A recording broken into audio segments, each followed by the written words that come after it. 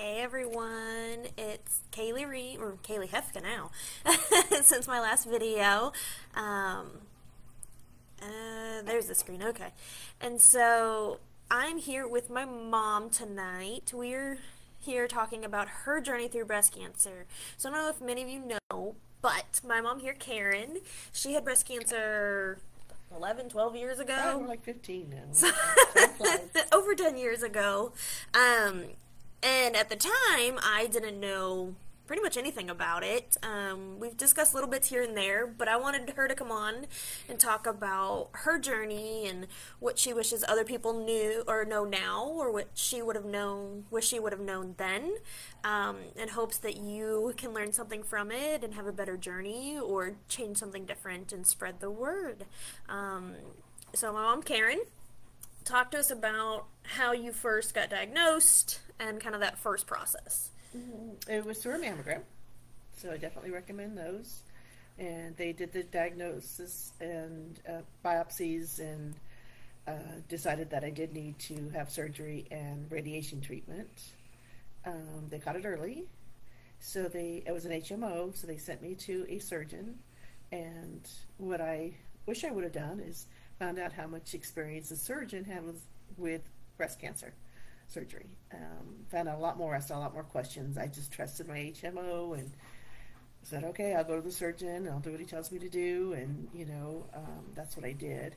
So the first stop was seeing an oncologist, and the HMO that I was with only had one in the area, so I really didn't have choices other than to go out of the area to find somebody else. I think his bedside manners are very poor, very rude, very insulting, just made me feel like I wasn't important, that sat me down and said, yeah, we've got to do this and this and this before I can get you to the surgeon to have surgery. And so we'll start setting up those appointments. It could take a couple weeks to a couple months to do. And I questioned him and said, why can't we start the process now? Why can't you make the phone calls now and get these things done? I just wanted to get the surgery and get things rolling. And he basically told me I wasn't dying today, so what was I so worried about? So, yeah, right then and there, I should have probably just walked out and found somebody else real quick. But I just felt I was all alone in this, and I really didn't ask any questions. So I went off to the surgeon, scheduled my surgery date, and was told before I had surgery I had to go to a pre-op appointment in the same parking lot but a different facility building than the hospital. And they had to, Kayla, you'll have to say what they did. I'm not sure. They put a needle in to pinpoint where the tumor exactly was in my breast, so the surgeon knew exactly what area to target when they did the surgery. Some sort of marker? It was a marker, right, but they put the needle in but left the head of the needle out in a syringe, so that was sticking out of me. And yeah, and so I had to wear a sweatshirt that would just zip up, so that's what they did. However, when I went in to do the procedures, the nurses kind of warned me, this doctor really doesn't numb you enough or early enough on when he does the procedure, so just make sure he does that. And I'm thinking, why am I telling the doctor how to do his procedure? I'm gonna go give the dog water. Keep talking, I can hear you. Anyhow, so he gave me the numb shot, and I proceeded to think that he was doing the right thing by me, and he didn't, and it was excruciatingly painful, and I screamed and cried very loudly and basically told me to keep still. So by the time I got out of there, I was pretty much a wreck, and my husband had to drive me over to the hospital, and by then I was really bad and not really wanted to go to surgery, but did. Pre-op was good. The nurse was there, took good care of me, and the surgery went on. After I got up from my surgery, I do have a bad reaction to any kind of medication, so I did react really bad to any of the meds, and I was throwing up and all night long, and spent 2 days I could not eat or drink anything, so they kept me there a couple extra days probably than I should have. Normal people stay. And then the third day they finally could keep some food down, so they let me go home. I'm not sure the timeline between that and when I was going to go see a radiologist, but it was 6 or 8 weeks. This was a long time ago. I don't remember exactly. So I went to see the radiologist, who I really liked, and she explained everything to me. And the first time I was there, she did they lined me up and put a permanent tattoo on me, so every time they came in for my appointments to do the radiation treatment, they knew exactly how to line me up. So she did that, and I was supposed to come back the week later to start the treatments. Well, I came back the week later, and I said, there's something wrong, because whatever you did when you did the lining up and the tattoo has created a rash, and it's really red and tender. And she said, well, that should have done that. Let me take a look. And turns out I had a major infection going on in my scar tissue and from the surgery. So it was a Friday afternoon, so she put me immediately on antibiotics, so she knew I probably couldn't get into the surgeon's office that afternoon, and told me to go immediately to his office Monday morning. Don't even make an appointment, just go in. So I started the antibiotics, went in Monday morning, and by Monday morning, my wound had reopened up and was totally infected. So the surgeon took me right in and started pressing on my chest to alleviate all the goop and infection stuff that was in there out. And basically I was told by the nurses separately that this doctor, the surgeon, is known to take out the tube that drains after surgery too early, and that's what probably caused the infection. Not knowing this. Again, not asking questions, not doing my research, not checking out his references, what he's done, not asking other people if they've been there. I did none of that. I just trusted and went in blindly. And that was on me. And so that's what happened with that. So then he put me on a really strong antibiotic and had me call in every day and check in with him and to see how it was going. And probably a week and a half later, the wound was totally infected again. So he took me into emergency surgery and did surgery to clean me all out. Did that, went home, on antibiotics again, and then probably, 4 to 6 weeks later, back to the radiologist, and she looked at my results from my surgery and said she really couldn't do radiation because they didn't get a clean line around the tumor, and therefore radiation would do no good. Sent me back to the surgeon. Went back to the surgeon. The surgeon said, well, since you had 2 infections or, several serious infections, and I'm not going to open you up again. We can give you a new radiologist if you want. That's not what I want. What I want is corrective measures here. Well, there's nothing more they could do. So I finally said, this is not good enough, and I finally got a referral from them. After finally speaking up and saying something, they referred me to City of Hope. So I ended up going to City of Hope, spending my money to do that, to get corrective measures done, and they were very good there, but the surgeon I had there, or I was the oncologist or the surgeon, I'm not sure, knew my radiologist. So the two of them went to school together, so they talked and came up with a plan, a more aggressive radiation treatment they felt would work, and both felt confident in that instead of going back in and do surgery again. So once my radiologist was okay with the surgeon's call or her call, I was allowed to go back and do my radiation treatment. So, yeah. there you go. Yeah. So ask questions. Ask questions. Look up. Those of you who've seen my video with Dr. Williams, my breast surgeon, she is fellowship trained, a breast surgeon only. This is what she does.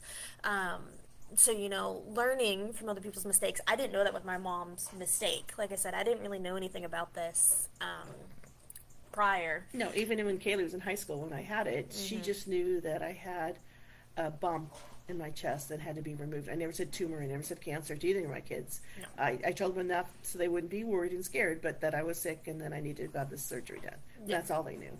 Yeah. I mean, I picked up on that it was cancer, but... Yeah, figured you would, but... Yeah. I was already going medical pathway at that point, so it was kind of a... Yeah. Figure things out, but never said anything, never really had a lot of stress. I knew she had an infection at some point because she kept having to go back in and all that stuff, but didn't know a lot about it. So that's how she chose to deal with it. I know a lot of people have questions with that and how it affects and all that stuff. And as a child who had a mom when I was in high school with it, it worked for us, right? Everyone's different, but definitely learning who your team is, the oncologist, the surgeon, the radiologist, the care navigators, the nurses. You want to know who these people are and that they're trained in this. And she's going to need some more water. Sorry, the dog, it's dinner time. And so learning about your team and asking them these questions. Where did you go to school? What were your specialties? What have you continued your training in? Check their references. Yes. Ask them. And this is not just for, breast cancer and all that. For any Get a surgery second you go opinion. into. You know, I know one of my mother-in-law's neighbors had to have a total, or not a total knee, but a knee surgery. And the surgeon just wasn't competent enough in that surgery and has now gotten a second opinion after the surgery already happened. And this new surgeon says, yeah, that guy just messed his knee up so bad, there's nothing we can do. And it was because this guy trusted that this surgeon knew what he was going to do, and that he was in the best hands possible. Which in most cases is true, but why not ask the questions? Why not learn more while you're there before you have a major surgery? And so that's very, very important. Now, you all have heard me talk about lymphedema and some of these risk factors. Mom, how many lymph nodes did you have removed? Over 17 or 20. 17 to 20, right? So that's significant. And they don't know why they took so many out. The surgeon had no idea why they did that. No. This was back in the time where they're like, it might be there, let's take them out. Yeah. Right? Thankfully, not so much the case anymore with most doctors, especially in the Chattanooga area. Then had infection multiple times, had to go back in there to kind of drain the infection, and aggressive radiation.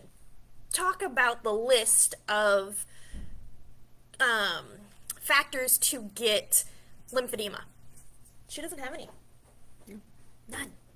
Right? Which blows my mind knowing what I know. But that just goes to show you not everyone's going to get it. Pretty. Dog. And so it speaks to that, and, you know, everyone kind of gets worried about what's possible, this, that, the other thing, and it's good to be aware of it, that there's a possibility and look out. But she's a classic example of, if I were to read her chart not knowing anything else about her, I would have sworn up and down she would get lymphedema. Not yet. Yeah.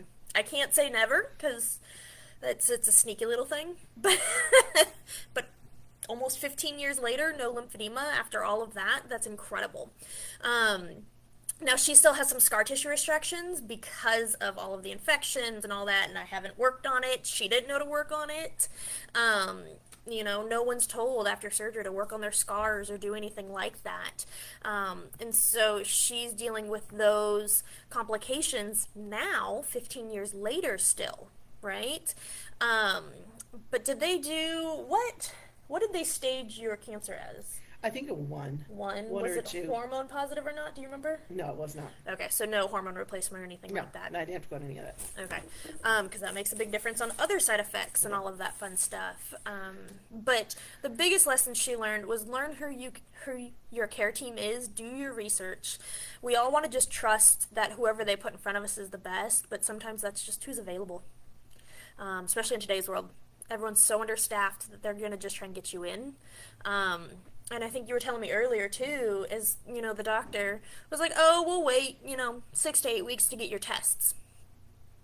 Why? If you are considering this as cancer and you don't know how aggressive yet or anything, why would you not test now? And they did test the next day. Once she because I spoke got up. aggressive back with them, yeah. So Right, and so speaking up, talking out, listen to your nurses. They know a lot more. They warned her about the numbing. They warned her about the doctor taking out the drain too soon. They know. And they only have so much room they can talk to the doctors, right? But listen to them. They're on your side. They're there to help you. Definitely talking to your care navigators. That's a big thing now, is a lot of hospitals have care navigators. Did you ever have one? nope.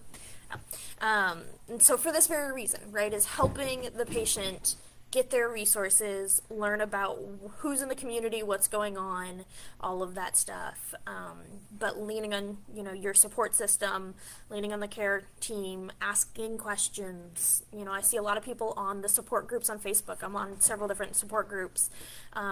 Hey, have you seen this surgeon in this city? Hey, who has done this procedure or stuff like that? That's great. Ask those questions.